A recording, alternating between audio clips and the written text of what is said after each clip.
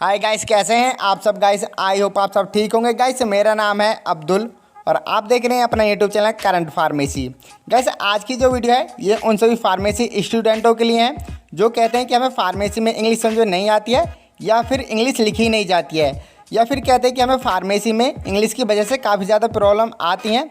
तो ये वीडियो उन सभी के लिए है। तो गाइस, आपको क्या करना है कि आपको जो वीडियो है वो लास्ट तक देखनी है। और गाइस, आप वीडियो को स्किप कर देते हो तो जो मैं आपको समझाने चाहता हूं वो आपकी समझ में नहीं आएगा, वो टॉपिक आप मिस कर सकते हो। तो इसलिए जो वीडियो है वो लास्ट तक ज़रूर देखनी है। और उससे पहले गाइस, आप एक फार्मेसी के स्टूडेंट हैं और चैनल पे पहली बार विजिट कर रहे हैं तो चैनल आप ही के लिए हैं। चैनल को सब्सक्राइब कर दें और साथ ही साथ बेल आइकन को भी ऑन कर लें। और गाइस, मैं आपको एक चीज़ और बता दूं, और गाइस आप इस वीडियो को लास्ट तक देखते हो तो मैं गारंटी लेता हूं कि आपको कभी भी फार्मेसी में इंग्लिश की वजह से प्रॉब्लम नहीं आने वाली। अगर आप उन टिपों को फॉलो करते हो, जो टिप मैं आपको बताने जा रहा हूँ, अगर आप उन टिपों को फॉलो करते हो तो मैं गारंटी लेता हूँ कि आपको फार्मेसी में इंग्लिश की वजह से कभी भी प्रॉब्लम नहीं आने वाली। तो देखिए गाइस, जो हमारी अब फर्स्ट टिप्स है वो है आपको सिलेबस लेके बैठना है। तो केवल आपको उतना ही पढ़ना है जितना आपके सिलेबस में दिया हुआ है। और आपके पास सिलेबस नहीं है तो वीडियो के डिस्क्रिप्शन में लिंक है, आप वहाँ से जान के डाउनलोड कर सकते हो।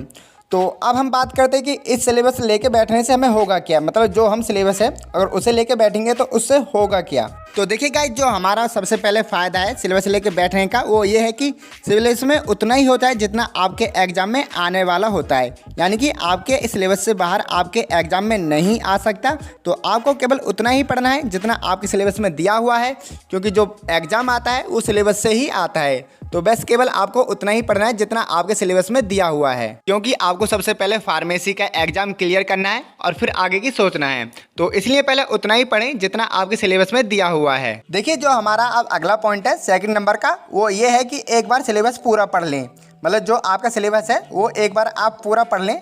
जब आप एक बार सिलेबस पढ़ लेंगे तो उससे आपको होगा क्या कि आपको एक बेसिक आइडिया हो जाएगा कि आखिर सिलेबस में क्या है और हमें कितना पढ़ना है और हमारे एग्ज़ाम में क्या आने वाला है, मतलब जो आपका एग्ज़ाम में उसमें क्या आने वाला है। तो ये सब आइडिया आपको पता चल जाएगा। और इसके अलावा आपको ये भी पता चल जाएगा कि आपके सिलेबस में कौन कौन सी यूनिट हैं और कौन कौन से टॉपिक हैं। बेशक आपको समझ में नहीं आए, पर आपको जो सिलेबस है वो एक बार पूरा पढ़ लेना।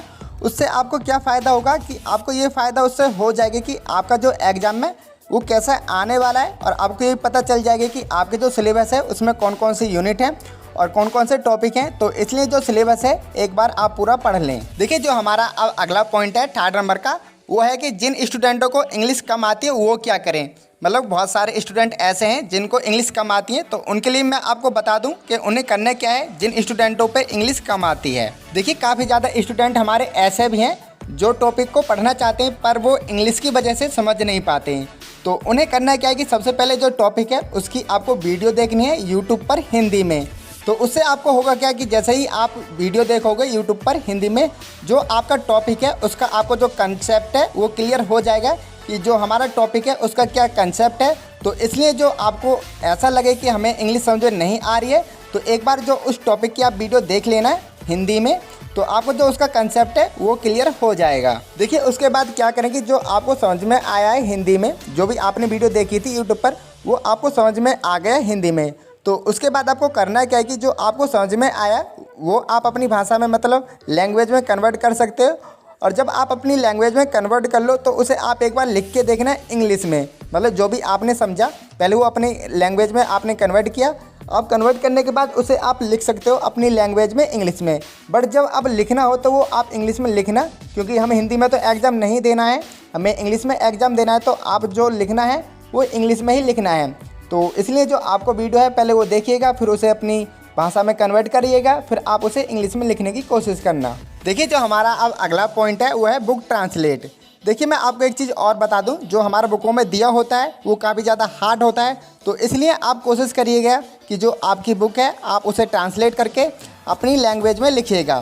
फिर इसके बाद करना क्या है कि आपको दोनों को मिक्सचर करके अपना एक खुद का लिखना है, मतलब अपने नए नोट्स बनाने हैं, अपनी नई लैंग्वेज में लिखना है, जिससे कि आपको समझ में आ जाए। मीन्स कि आपको अपना ही खुद का लिखना है, मतलब जो आपको लिखना है वो खुद का ही लिखना है। तो इससे क्या फ़ायदा होगा कि सबसे पहले फ़ायदा यही होगा कि जो आप लिख रहे हो वो अपनी लैंग्वेज में लिख रहे हो, जो अपनी लैंग्वेज में लिखा हुआ होता है वो सबसे पहले याद होता है और आपको अच्छे से समझ में आ जाएगा।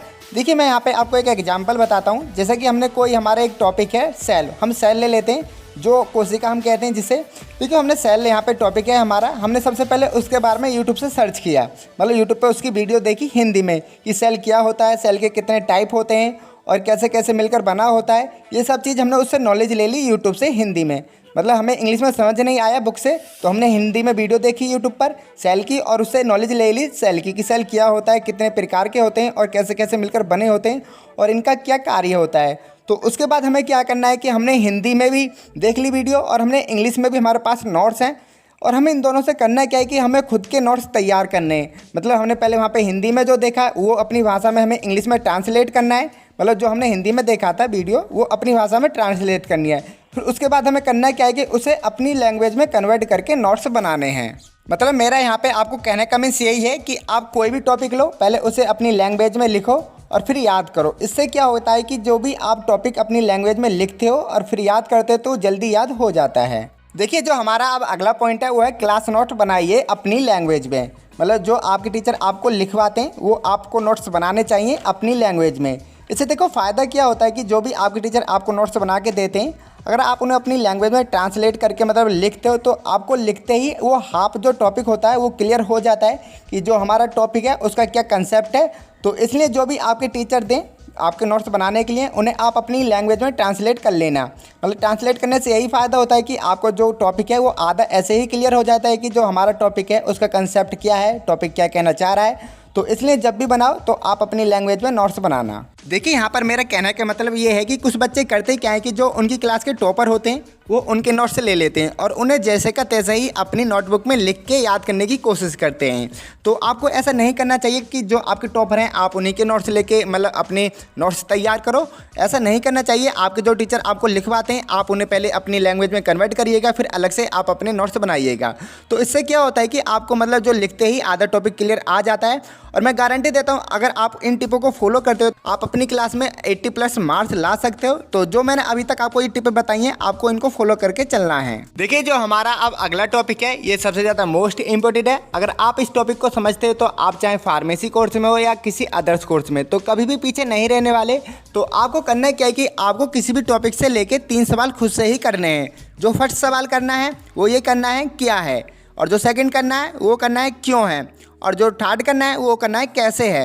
मतलब मैंने यहाँ पे आपको समझाने के लिए एक एग्जांपल ले लिया। जो हमारा टॉपिक है वो है टिश्यू।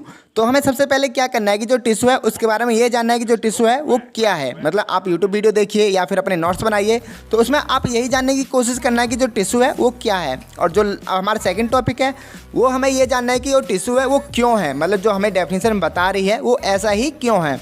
और जो हमें थर्ड सवाल उसके बारे में जानना है वो जानना है कि कैसे है, मतलब जो हमारे डेफिनेशन और जो दूसरा था क्यों है। तो और जो लास्ट वाला जानना है हमें उसके बारे में ये जानना है कि कैसे है। अगर आप इन तीनों चीज़ों का कंसेप्ट समझ गए तो आप कभी भी कोई भी टॉपिक को लेकर पीछे नहीं रह सकते। तो ये जो 3 सवाल हैं क्यों है, कैसे है और क्या है, ये खुद से ही करने हैं। तो इसलिए इन सवालों को आप ज़्यादा से ज़्यादा ध्यान दें और सभी टॉपिक के बारे में उसका कंसेप्ट जानने की कोशिश करें। देखिए जो इस वीडियो का हमारा अब लास्ट और नेक्स्ट टॉपिक है वो है solve previous year exam paper.